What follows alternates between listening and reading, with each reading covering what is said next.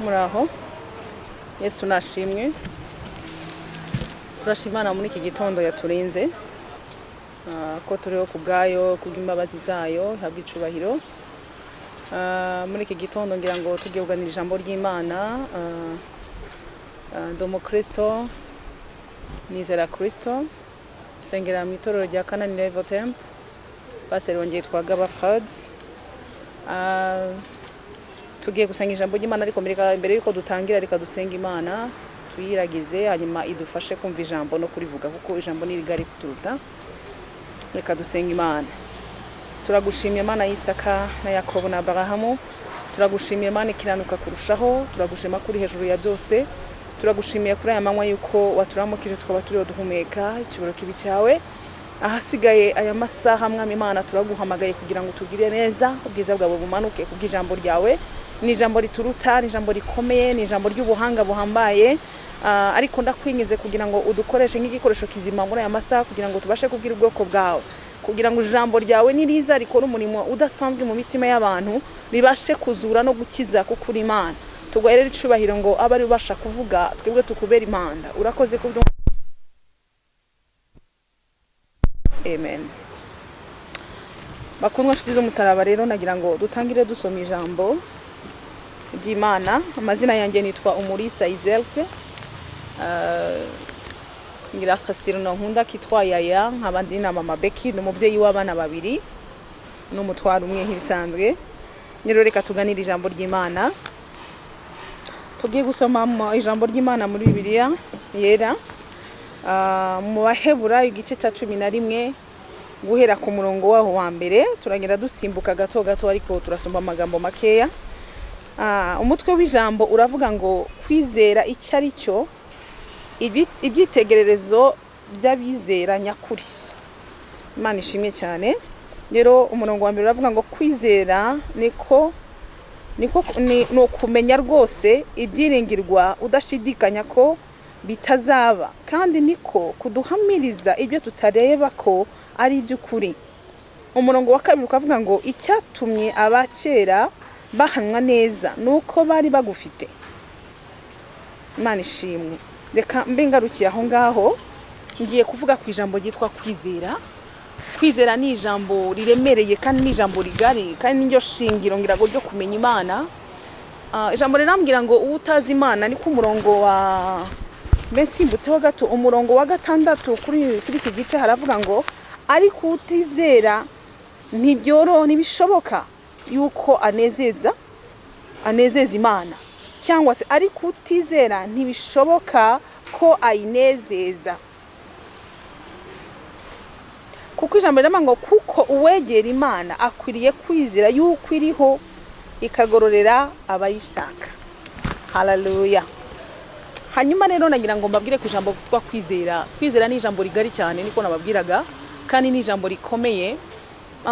Ijambo ryitwa kwizera naritangiye ndi mutoya, nicyo gituma nkunda kurivuga cyane, kandi numva ryo rituma umuntu abasha kumenywa n'Imana.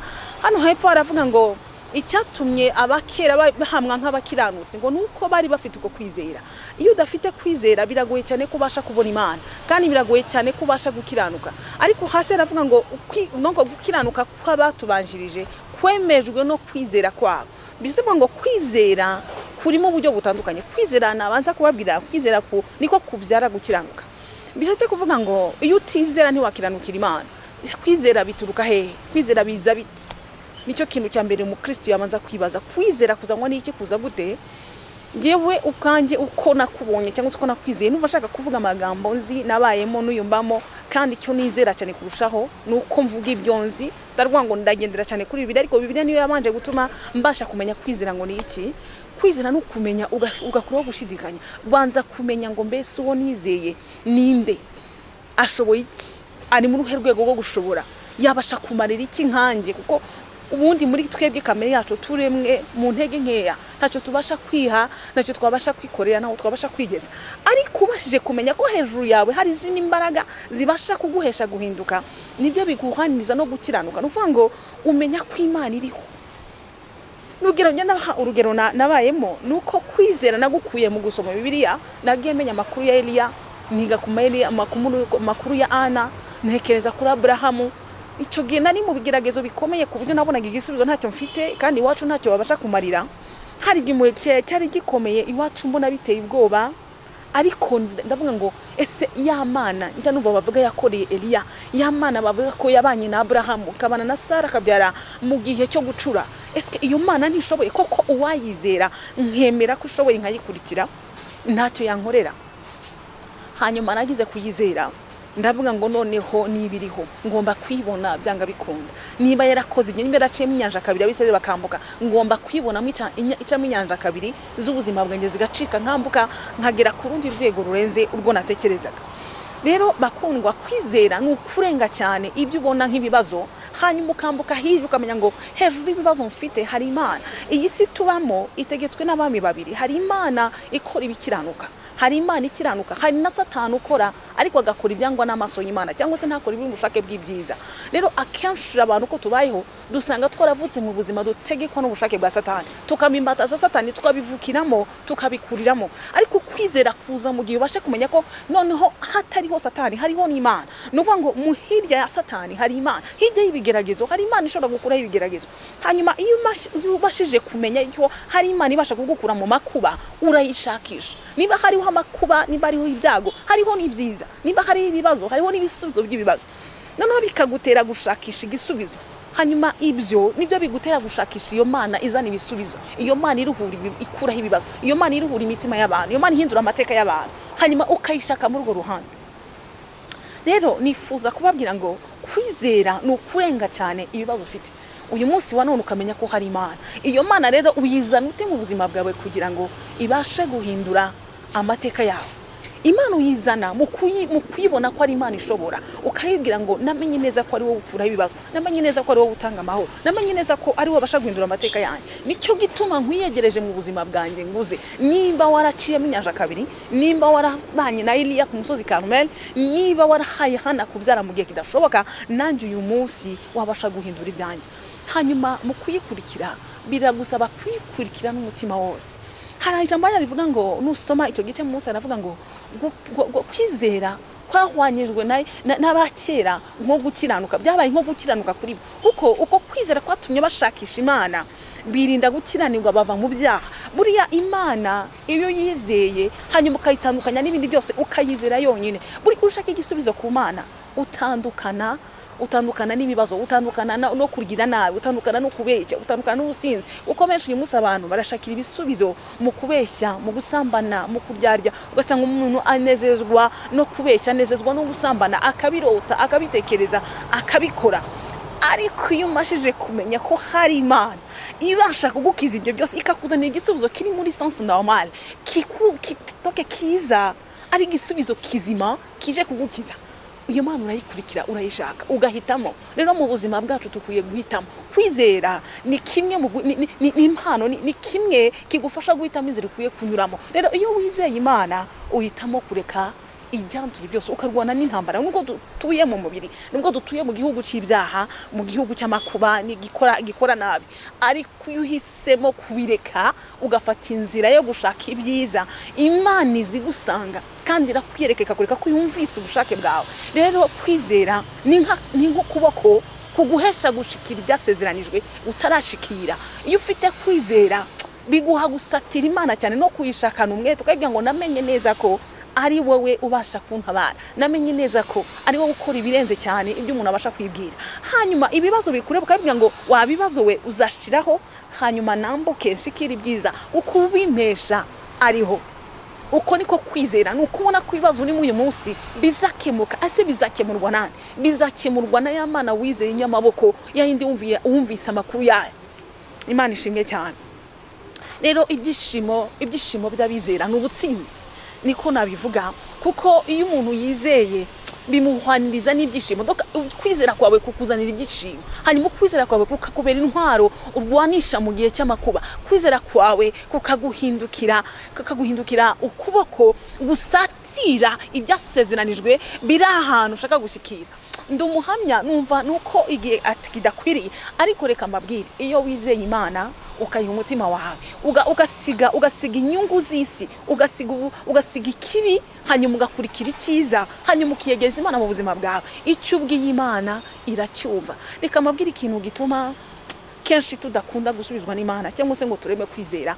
Abantu tugira umutima utarekura, tugira umutima utava ku cyaha, ukumva ko nirwanira ari bubibona, ni ukumva ko nukiranirwa ukiba ari buzakira vuba. Oya, hari abantu bakize batibye, hari abantu babayeho mu munezero atari uko bagize nabi, ariko umuntu akavuga ngo wa Mana we nge nzakunambaho. Njya nibuka hari igihe kimwe nigeze kubaho maze gukingirwa, ndavuga ngo Mana hari ikintu kimwe ngiye naje mfite intego, ndavuga ngo njyanye Imana kandi iyo Mana tuzabanayo kandi nzayibona byanka bikunda nibiriho izantabara.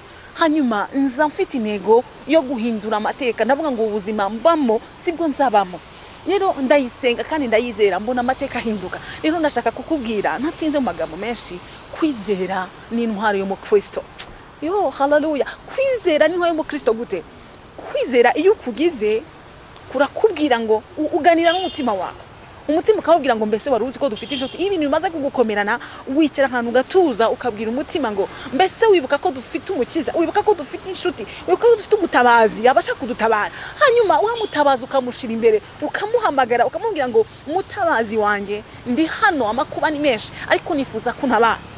Iyo umuhamagaye aritaba, iyo umaze kumwereka ko nta wundi wishigikirijeho, utishingikirije ku muryango, utandukanye n'ibibi byose, uwo mucunguzi araza. Umurengezi wacu ariho kandi arashoboye. Icyo dusabwa twebwe no kubanza kumenya amahitamo yawe. Eske urahitamo iki? Urahitamo kwizera Imana ukayikurikira nubwo amakuba wowe yareba imbere yawe? Eske wayarenza kwizera kwawe ukamenya ko hirya y'amakuba hariho Imana yabasha kugutabara igahindura amateka yawe? Icyo umaze kugitekereza ukagihitamo, uyikurikira bikoroheye, kandi gutabagwa kwawe kuza byoroshye, ntabwo bisaba intambara. Rero ngira ngo mbabwire bakundwa bene data nshuti z'umusaraba, hari kandi kantu ushaka kubibutsa. Hari ikintu tujya twirengagiza tugafata Bibiliya tukagira nk'amateka, ariko hari Kristo utari uw'amateka. Imana yaduhaye umucunguzi ari we Kristo kugira ngo abashe kuturengera kandi abashe kudusubiza, adukure mu kaga turimo, atwimura handi nubwo dutuye muri isi. Ngira ngo abantu benshi hari abahamya bahari, isi tuyituyemo ari isi ibibazo, tuyituyemo ari isi y'amakuba, tuyituyemo ubona nta byiza bihari. Ariko iyo wimitse Kristo, iyo wimitse Imana nk'umukunzi wawe, nk'inshuti yawe, nk'ushobora, nk'ubasha guhindura amateka, Kristo araza. Haleluya. Rero kwizera kukubera intwaro, kukubere ukuboko kukuneshereza. Muri make ni wizera Imana, ntuyizere nk'Imana yo mu bitabo, ntiwizere nk'Imana bavuze mu makuru. Zana Imana mu buzima bwawe, zana Imana mu rugendo rwawe, zana Imana mu bitekerezo byawe, wumve kuko ari Imana. Iyo umaze kumenya ko Imana ishobora byose, iyo umaze kumenya ko yaguhaye Kristo, iyo umaze kumenya ko ari inshuti yawe, birakorohera kubana nayo. Oh haleluya. Iyo uyisanze ntabwo uyisanga nk'Imana ituye mu gihugu cyo mu ijuru kure, ahubwo uyisanga nk'Imana data, n'inshuti yawe, n'ikwegereye, n'ikumva, n'iteguye kwikorera imitwaro yawe ufite uyu munsi. Rero ndabakangurira kubabwira ngo bene data bakundwa dusangiye urugendo, ni mureke twe kwandavura ngo dushake ibisubizo. Bimuzana abakristo bakisa mu rusengero rw'Imana ariko bakajya no kuraguza, bishatse kuvuga ngo ari mu nzira y'Imana atayirimo. Yitwa umukristo ariko ntaramenya ubushobozi bw'Imana, ntaramenya imbaraga z'umukiza we, ntaramenya Imana asenga ni iyihe. Eske irarenza Imana zibwigwamana, irarenza Imana z'ababayare. Iyo umaze kumenya ibyo ngo n'umundi bari nugo namuhungiraho, nawe ntacyo yamarira kuko ufite ubushobozi bw'Imana, bigutera gukomera mu mutima, ugahangana n'ibikureba, ukabibwira ngo uko biri kose nubwo wari. Hari umugabo unezeza witwa Yobu. Yobu ngo yari umukiranutsi w'Imana, hanyuma ngo Satani aramusaba kugira ngo ageragezwe. Yobu ngo arageragezwa, abana barapfa, umugore aramwihakana, sinibyo gusa ngo n'umubiri urangirika, ibyo ratozo byose bimushiraho. Hanyuma ngo abantu bamubonye barambwira ati Yobu waracumuye, nicyo cyatumye Imana ikureka.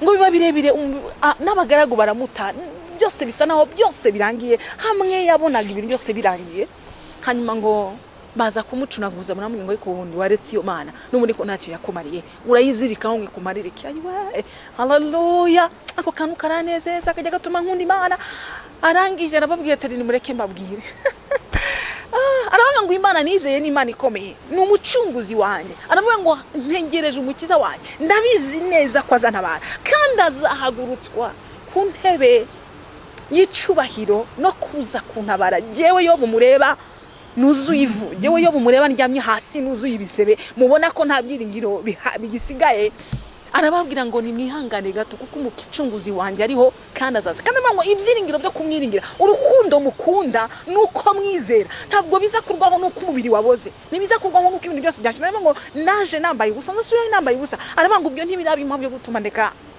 umukunzi wanjye arabanga nkomeye ku mukunzi wanjye kandi umukunzi wanjye nawe azagurutswa no kuntabara hanyuma imana yumva kwizera kwa Yobu ntiyaceceka oh Jesus ndanezerewe muri amasaha ntiyaceceka ahubwo ngo ihagurutswa ku ntebe y'icyubahiro no kuza gutabara inshuti ariko uzi kwiringira imana waraboze yo haleluya reka nkomeze wowe uyu munsi utayibyiringiro ureba ko byawe byarangiye ubona nta byiringiro ufite ureba ko nta kintu cyakuvamo n'abantu bakubwira ngo nta tusigaje nta tuzaba cyo ibyo byarakurangiranye abakobwa yenda nurashaka ibyiringiro byaratakaye uri muri yandavuza ku mafuti umuhungu urareba ibiryo byarapfuye urashaka kujya kwiba reka nkubwire ngo garukiraho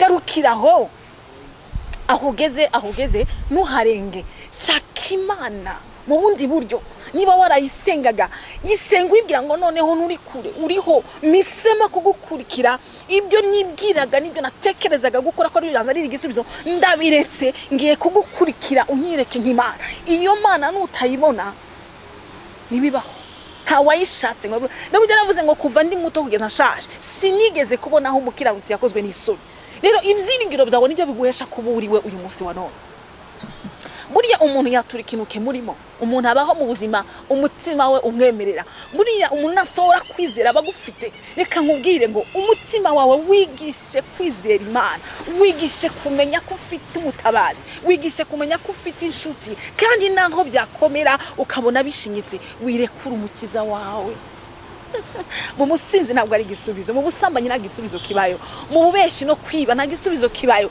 igisubizo kiri ku Mana yaremye ijuru n'isi yakuremye wowe ikakubumba mu nda ya mama wawe hanyuma igihe kiragera uravuga n'uyu munsi uragenda ku bwayo menya ngo iyo ituma mbasha kubyuka nkagenda nkabaho yenda nafite akazi ukubaho ntusimbizi ariko Imana yawe irabizi yibwire ngo uriho uko biri kose naho bimeze nabi uriho ndacyakwiringiye reka nkwizere reka nongere ngutumbire niba warayiteye umugongo kavuga ngo naho nayitegereje ntiyaje ntibizabuzwa ko tugeragezwa ngo tunyuzwe mu ruganda kugira ngo Imana igerageze kwizera kwacu ariko ushobora kuba ugiye kunanirwa no kurekura igihe cyo gutabarwa kwawe cyari kigeze Imana ishimwe cyane Yobu ngo abantu bose bamaze guheba ko byarangiye nawe ari mu mubiri wakamuna warashize ngo yishimisha urujyo ariko ngo bamusanze amagambo yatuye arenze uko abantu babitekerezaga yarabwiye ati no ibyiringiro byagenda bikomeje yamana nizeraga yamana nakoreraga kwa gukiranuka nakurikiraga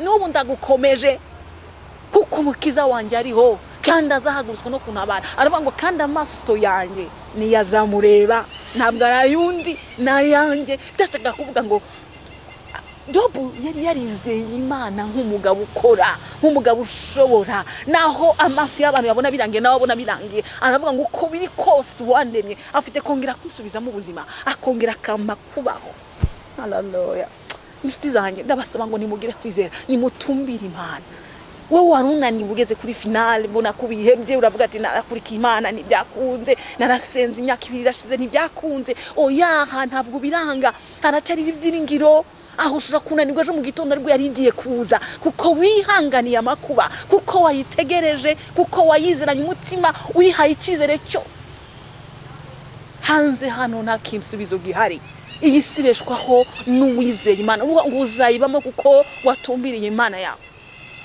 rero ndabakomeje abakristo mbabwira ngo nimureke twizere dushaka imana by'ukuri. No, wishaka imana ufite akandi karubishingikirijeho, wumva ngo nzajya mu rusengero ariko nsohoke njye kwiba cyangwa se ninkora imibare nziciramo imibare kugira ngo ngire profit yindi mu bundi buryo. Oya, reba imana nk'igisubizo cyawe, reba imana y'umutima wawe wose, yumve kwiriho, yumve kwishobora. Natwe yaradushoboreye, turabahamya babyo. Ngiye uje kukubwira uyu munsi ndi umuhamya w'Imana, ndi umuhamya wo guhamya ko Imana yacu ishobora byose, ikuvana mu rwego rumwe ikagushira ahandi hantu wowe utatekerezaga. Ariko buri Imana nanone ikorana n'ibitekerezo byawe. Wowe nimba inzozi zawe zikugira ngo nge nzaba ukomeye mbigizwe n'Imana, uzaba we. Ariko nubona ko uri wo gutsindwa uzatsindwa, ariko numenya ko uri umutsinzi kurushaho uzatsindishirizwa n'amaboko y'Imana mu izina rya Yesu Kristo. Dufite Kristo w'umutabazi. Reka mabwire jewe mbyara umwana wa kabiri nagize ikibazo cya diabete. Reka mbahamirize ko kwizera gukora atari uko bahiriya babikoze cyangwa se ba Abraham. Natwe turiho kwisuye umunsi wa none turizera tukayibona kandi irakora. Mbyara umwana wa kabiri ngira diabete, ngira hypertension, donc umuvuduko w'amaraso. Hanyuma mu imiti ndabyara, ngira amahirwe ndabyara. Ngeze ku kwezi kwa gatanu ndabyibuka nibwo nisuzumye diabete sanga yarazamutse kurushaho, ngeze ku 180. Donc umuntu normal ku ibipimo biratandukanye agira 100 cyangwa se 90 kangahe. None ugibwe nipimye kandi n'imiti nsanga ni 187. Nuko ngo nani ifite diabete igaragara kabisa, igaragara ifatika. Hypertension yo byari bindi. Hanyuma muri icyo gitondo ndabyibuka najyamishije umwana wanjye ku ruhande, mabuko yaranyicaye ku ruhande, ndeba ukuntu nisuzumye mu gitondo nkibyuka ngira ibyo bipimo bingana kutyo bya diabete. Kandi ubwo nari nzi ko mama wanjye ayifite, marume arayifite, ba marume babiri barayifite, ba mama wacu hafi ya 4 bavukana na mama bose bafite diabete. Ndabireba mbona ngiye kujya mu mubare, ngiye kugabana umugabane wa mama n'imiryango ye. Ndavuga ngo ariko Kristo wambambiwe, Yamana nizeye uyu munsi ni yangiza. Imana niba yarazuye Lazaro, Imana niba yaraciyemo inyanja kabiri, Imana niba yaramanuye umuriro ku munsi wa Eliya, yabuzwa n'ikijye kuntabara. Ndangije maboko yaranyicaye iruhande, ndamubwira nuze n'ikindi gwera ku munsi wabonye igipimo, fata kanini karimo kabati. Ndamubwira ni gwera kuri itariki y'uyu munsi sinzongera kunywa ikinini cya diabetes. Kuva kuri uyu munsi nanze diabetes, kuko namenye neza ko ari intwaro ya Satani. Kandi hari icyo niringira jewe nizeye, nuko ndi umwana w'Imana. Yesu yarambambiwe, yasize icyubahiro n'ubwiza mu ijuru, amanuka aje kuncungura. Nicyo cyamuzanye, ni objectif principal ya Yesu Kristo, nukuza kuncungura ngo nkure mu bushake bwa Satani, anyimure ashire mu bushaka, ashire mu buzima bushya. Rero uyu munsi Kristo yamenye amaraso ku bwanjye, nukuvuga ngo yishuye imyenda yanjye yose. Satani ntakinyishuza. Nimba ntamukorera, nimba ntanyurwa nibye, nimba ntarandota icyaha, uyu munsi ngomba kwigaranzura Satani. Iyi diabetes sinzongera kwimwera umuti n'umunsi n'umwe. Reka nkubwire mukunzi w'Imana, wowe wizeye cyangwa se wowe ucitse intege, narizeye uwo munsi. Nabugingo n'ubu hashize imyaka 2 ngira n'amezi hafi n'amezi 3 cyangwa se 2 sindangwa ikinini cya diabetes. Sina hypertension mfite. Hallelujah. Njya kwa muganga ngasanga ndi muzima, ndi normal. Kubera iki? Nabwiye Kristo, ndamubwira ni Kristo, inkoni wakubiswe ntabwo ari amateka, umusaraba wagiye gusipa ntabwo ari amateka, ahubwo ni igikorwa wakoze kizwi nanjye namenye na Satani arakimenya. Uri mwateza ibyago by'indwara, ingwara ntabwo ziva ku Mana, ziva kuri Satani.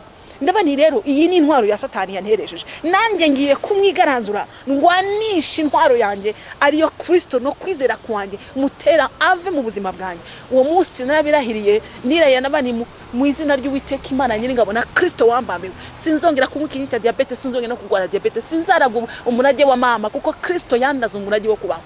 Gera kuri icyo gihe nabugingo n'ubu nta kinini cya diabetes, kandi ndaje ibyo kujya byose nshatse, ndangwe ibyo nshatse. Rero Yesu aracyariho, Imana yacu iracyakora, iracyafite imbaraga, iracyakiza, iracyazura. Umva amateka ni menshi yo kuvuga kuri Kristo, amakuru ni menshi, we ibyagutera kwizera ni byinshi, ibyatumye ususubiramo ibyiringiro ni byinshi.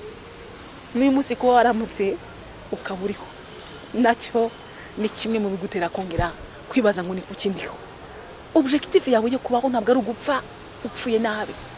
Hari icyo Kristo yakugeneye, hari cyamuzanye no kugira ngo wakire ubuzima kandi usabane na so ari we Mana. Hura n'Imana Data, yisange yibwire bintwari kwizera ni kugufashe kuba intwaro kugira ngo ushikire amahoro kugira ngo ushikire umunezero kugira ngo ushikire ubutsinzi bwawe renga urwego ruriho renga urwego rw'ibigeragezo renga urwego rw'imyumvire winjire mu kumenya ngo mbese kuki abandi bayizeye bakayibona kuki njyewe nsubira inyuma wisubire inyuma ahubwo tewe imbere kugira ngo ushikire ibyasezeranijwe. Hallelujah, hallelujah. Reka mbabwire nusoma icyo gice kiri bukunezeze ndagusabye ngo usome Abayobora igice cya 11 ugere ku murongo wa mbere ugikomeze wumva bizera. Ijambo rya nyuma riravuga ngo ubutizera ntashobora kunezeza Imana. Nuvuga ngo kwizera kuduhanirizwa no gukiranuka. Ntabwo wakwizera Imana utashatse gukiranuka utashatse mu maso hayo kandi ushaka mu maso h'Imana yirinda ikibi kugira ngo ashikire ubwiza bw'Imana. Rero gukiranuka ni kukubera intwaro kukubera intwaro kuzane gukiranuka kuzane kwizera muri wowe kugira ngo ushikire ibyasezeranijwe. Imana ishimwe cyane. Ahari ijambo rivuga ngo Abeli cyatumye ituro rye rishimwa kwizera kwe niko kwatumye ituro rye rishimwa imbere y'Imana. Hallelujah.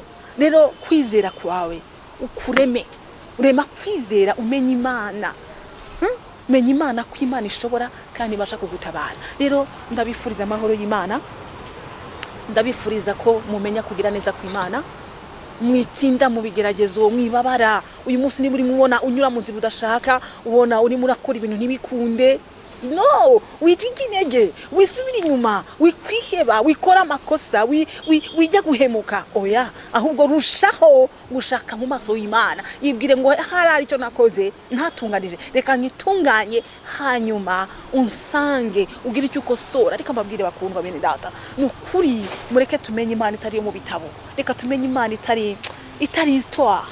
Imana ikorera muri twebwe kandi hindura amateka. Imana iracyakora kandi yakoze byinshi n'uyu munsi iracyakora iyo ari ku ngoma n'uyu munsi iracyari ku ngoma. N'Imana idahinduka ihora yitwa Imana kandi ibyaremwe byose byaremwe nayo ubuhanga burenze ibitekerezo byo gutabasha gushikira. Imana yacu iraburenze nabo. Rero fata Imana nka so fata Imana nk'inshuti kwizera kukwimure izera Imana wimuke uve ku rwego rumwe ujye ku rundi ushikira umugabane w'ibyiza. Nubwo dutuye ku isi hari abantu bari mu gusoroma amahoro y'Umwami hari abantu bari kurya ibyisi bari kurya neza bakanezerwa bakaryama kuko umukiza ababereye maso kuko bagize ubushuti n'Imana kuko bihaye donc bashatse Imana bagirana ubusabane yumva ko nta wundi mukiza afite yumva ko nta wundi butabazi. Njye ndakubwira kuri nta yindi Imana njya mbona nta wundi mucunguzi njya mbona njya numva Kristo wanjye ampagije uko byamera kose namusanga kandi yandengera. Hallelujah. Kandi naho napfa naho nabaho numva umutima wanyu ukomeza ibyiringiro byanjye kuko nayizeye ntacyo ndabona ndi mu makuba menshi iraserukira ntabara n'uyu munsi aho ndi niringira ko turi kumwe kandi tuzagendana.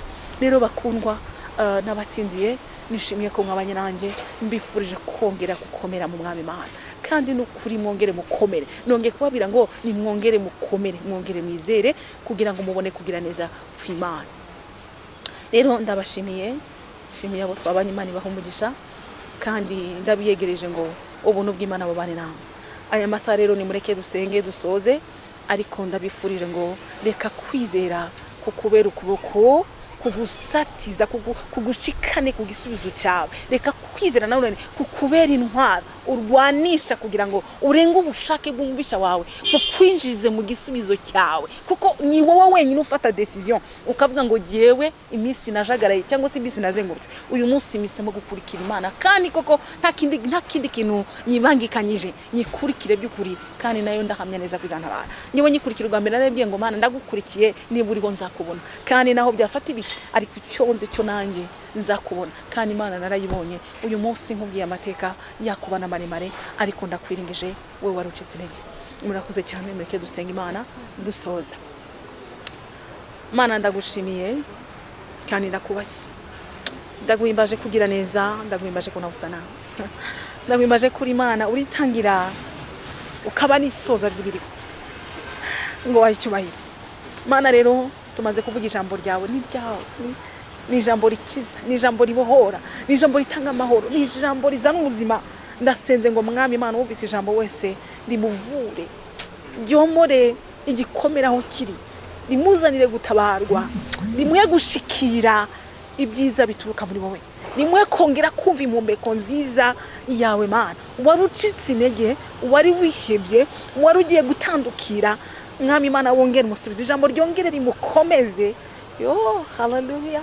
Uwiteka ugire neza ubwoko bwawe, uburengere kubw'urukundo rwawe, ubutabare kubw'ineza yawe, uburengere kubw'urukundo wabakunze. Kristo wambwe ku bwacu, ijambo riramwira ngo wapfiriye nitwe twatumye ubambwa, usiga ubwiza uramanuka uza kuducungura. Rero turasenze ngo mwami Imana cungura ubwoko bwawe, ubwo wingiye kumusubize kandi umurengere. Turagushimye rero mwami Imana kandi turaguhimbaje yuko uriho ngisubizo ku buzima bwacu. Urakoze kutwumvise kandi ugiye kubikora mu izina rya Yesu Kristo. Amen.